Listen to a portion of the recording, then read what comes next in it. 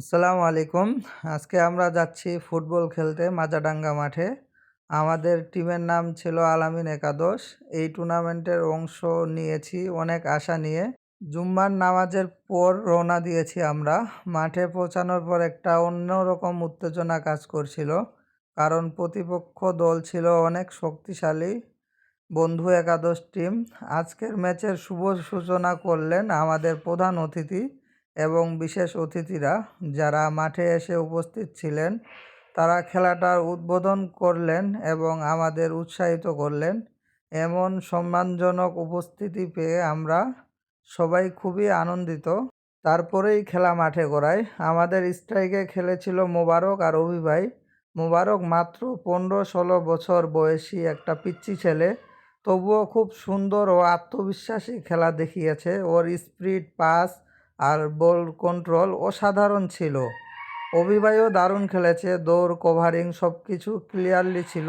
তারপরে হয় হঠাৎ বৃষ্টির পরেই হাফ টাইম, তারপরে আবার খেলা মাঠে গড়ায়। ডিফেন্স আমাদের ছিল ভরসার নাম ইমরান ভাই। উনি এক কথায় আমাদের দলের দেয়াল। প্রতিপক্ষ যতবারই আক্রমণ করেছে উনি ঠেকিয়ে দিয়েছেন দৃঢ়ভাবে।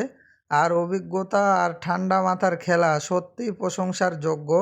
তাছাড়া ছিল শুভ, মাদু সহ সবাই প্রাণপণে খেলেছে, সবাই নিজের জায়গা থেকে সেরাটা দিয়েছে।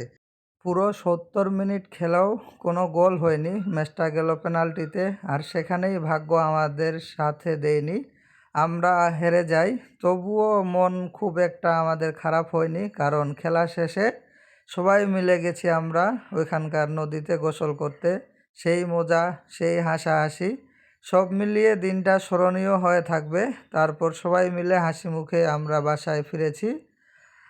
হার থেকেও আমরা শিক্ষা নিয়েছি। ইনশাআল্লাহ আমরা আবার মাঠে ফিরব, আর তখন শুধু খেলতে নয়, জিততে নামব। সবাই আমাদের জন্য দোয়া করবেন। আল্লাহ হাফেজ।